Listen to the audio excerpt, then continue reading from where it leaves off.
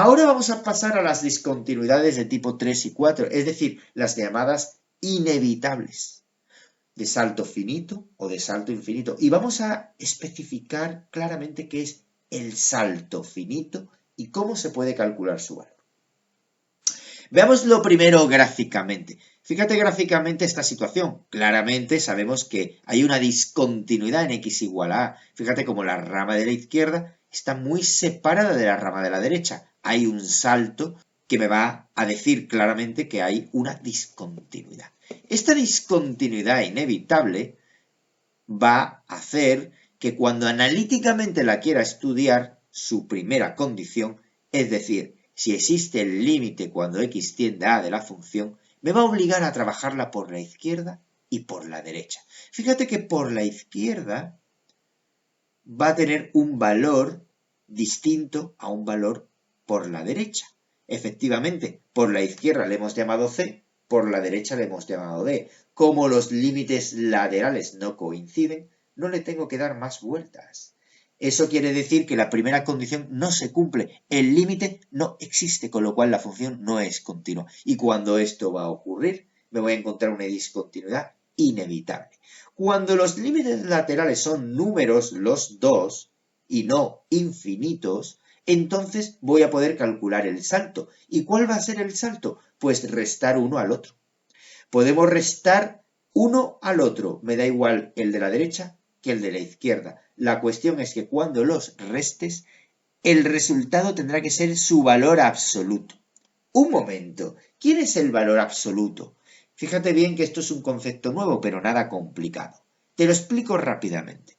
El valor absoluto de un número es ese mismo número, pero con signo positivo.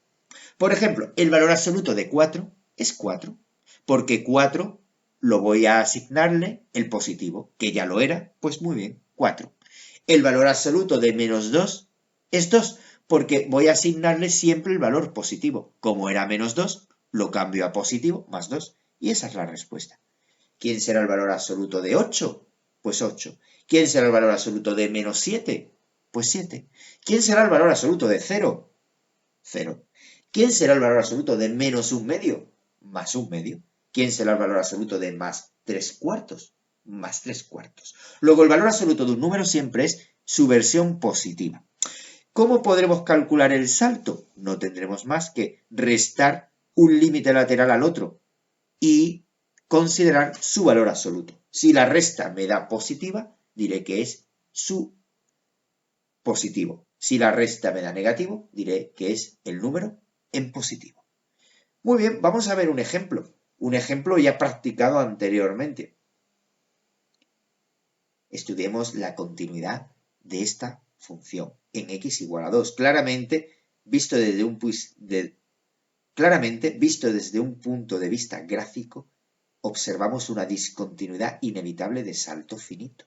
¿Cómo lo podemos ver desde un punto de vista analítico? Pues muy bien, tú tendrás que estudiar en el punto de ruptura o frontera los límites laterales para 2 a la derecha o a la izquierda. Fíjate que el límite cuando x tiende a 2 por la izquierda te hará trabajar en esta rama, valiendo exactamente 2. El límite cuando x tiende a 2 por la derecha te hará trabajarlo en esta rama, valiendo exactamente 1. Y como 2 es distinto de 1, pues tenemos una discontinuidad. No se va a cumplir la primera condición. ¿Por qué sabemos que es inevitable? Porque los dos números son números finitos, es decir, existen, pero son distintos. No te han salido ningún valor infinito, con lo cual es una discontinuidad inevitable al ser distinto, pero de salto finito al ser los dos valores conocidos. ¿Y cuánto será el valor? Pues la diferencia. Por ejemplo, si hubiéramos hecho 2 menos 1, hubiéramos tenido 1, pues ese es el salto que tenemos, es un salto de 1. Si hubiéramos considerado la otra resta, por ejemplo, 1 menos 2 hubiera dado menos 1, pero su valor absoluto siempre es la versión positiva. El valor absoluto de menos 1 es 1, con lo cual el salto es 1. Luego te demuestro que el salto se calcula indistintamente poniendo la derecha que la izquierda primero o después en la recta. Pero recuerda, debes siempre considerar la versión positiva de esa resta, es decir, el valor absoluto. Vamos a continuar con un ejemplo. Creo que es importante que entiendas perfectamente cómo hacer este ejercicio. Bueno, pues aquí te lo explico de nuevo, el mismo, pero especificado y escrito para que lo tengas muy claro. Para el vídeo, trabájalo, obsérvalo y si no, siempre puedes volver atrás para reanudar mis explicaciones. Antes te lo he explicado verbalmente y aquí te lo explico con letras, para que cuando lo tengas que expresar simbólicamente sepas exactamente qué escribir. Vamos a continuar con el siguiente tipo de discontinuidad.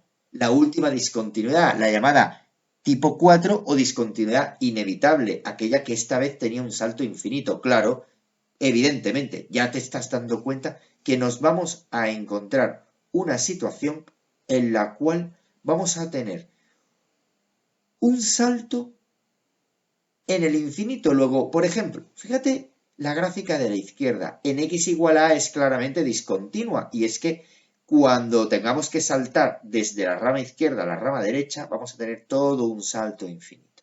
Vámonos ahora al ejemplo de la derecha. Fíjate bien que venimos por la rama de la izquierda, nos vamos a ir hacia abajo por esta asíntota y vamos a tener que saltar a la derecha. Con lo cual vas a tener una discontinuidad, de nuevo, inevitable de salto infinito. Muy bien, te estás dando cuenta que las discontinuidades inevitables de salto infinito siempre, siempre, siempre van a implicar una asíntota vertical.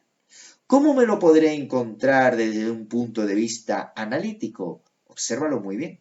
Vamos de nuevo a tener que trabajar los límites laterales. Y uno de los límites laterales, o los dos, te van a tener que salir más infinito o menos infinito. Con esto, entonces, vamos a poder reconocer que nos encontramos ante una discontinuidad inevitable de salto infinito y, consecuentemente, también ante una asíntota vertical. ¿Cómo me podré dar cuenta? Pues otro de los motivos es mediante una indeterminación tipo K partido por 0, que te va a obligar a trabajar límites laterales y que con toda seguridad te va a dar uno de los extremos más infinito y el otro menos infinito. Este asunto es importante que lo entiendas y para ello vamos a trabajar este ejemplo. Obsérvalo bien, estudia la continuidad de esta función y clasifica sus discontinuidades. Fíjate bien la expresión analítica. Da la impresión que es una función elemental. Pues sí, lo podrás estudiar de un modo elemental, pero también te animo a que lo trabajes mediante la definición analítica, es decir, mediante la segunda estrategia, trabajando las tres condiciones esenciales, que exista el límite en el punto, que exista la imagen en el punto y que tanto lo primero, es decir, el límite, como lo segundo, es decir, la imagen, coincida, justamente como se ha hecho en los casos anteriores. Muy bien, pues trabaja este ejercicio en tu libreta y cuando estés preparado podrás reanudar el vídeo y te mostraré cómo lo expreso simbólicamente. Ahora puedes parar el vídeo. Este es el resultado del ejercicio. Fíjate cómo lo expreso simbólicamente. Nosotros sabemos que por la primera metodología la función no es continua en 3 porque no pertenece a su dominio. Y recuerda que cuando trabajamos las propiedades de funciones, especialmente la tendencia, y presentamos las asíntotas, dijimos que las funciones racionales presentaban siempre una asíntota vertical en ese punto que había que extraer del dominio. Como sabemos que el dominio de esta función es todo R menos 3, en 3 hay una asíntota vertical. Efectivamente, pues ya sabes que te vas a encontrar una discontinuidad inevitable de salto infinito. Muy bien, vamos a verlo por la metodología 2. Para poder estudiar esto vas a tener que aplicar las tres condiciones de continuidad. La primera, que existe el límite cuando x tiende a 3. La segunda, que existe la imagen en 3. Y la tercera, que las dos cosas coinciden. Vamos a ir paso a paso. La primera condición es que existe el límite cuando x tiende a 3. Vamos a verlo. el límite cuando x tiende a 3 de esta función es exactamente 9 partido por 0. Fíjate que te has encontrado una desigualdad tipo k partido por 0. Ya sabes que vas a tener que trabajar los límites laterales. Muy bien, trabajamos el límite lateral cuando x tiende a 3 por la derecha y cuando x tiende a 3 por la izquierda. Comencemos por la izquierda.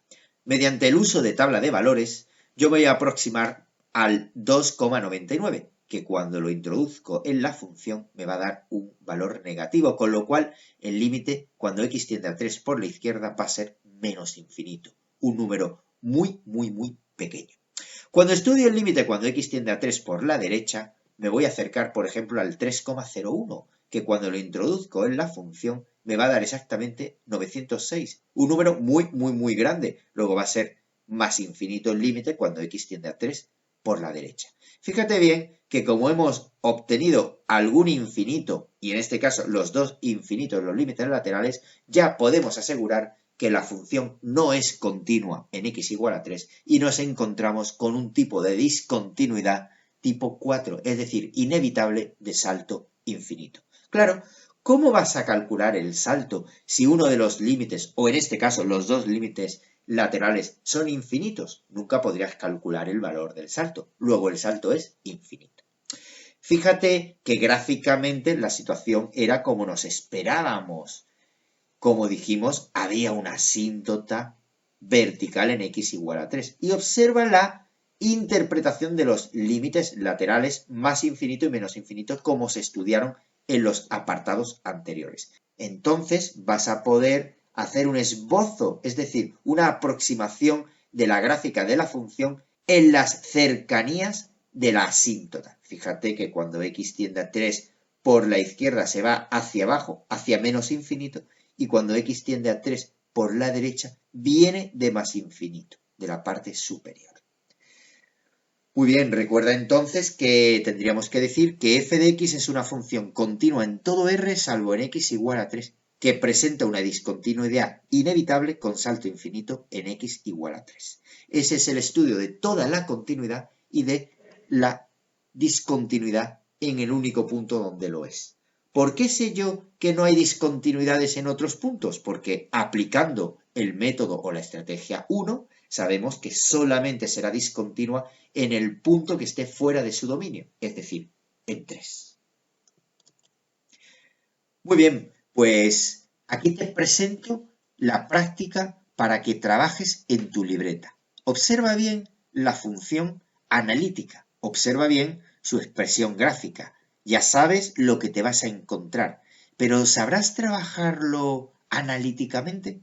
Trabájalo en tu libreta siguiendo todos los pasos que se han especificado anteriormente. Y no olvides aplicar y expresar el simbolismo matemático adecuado, explicando el porqué de cada uno de tus pasos.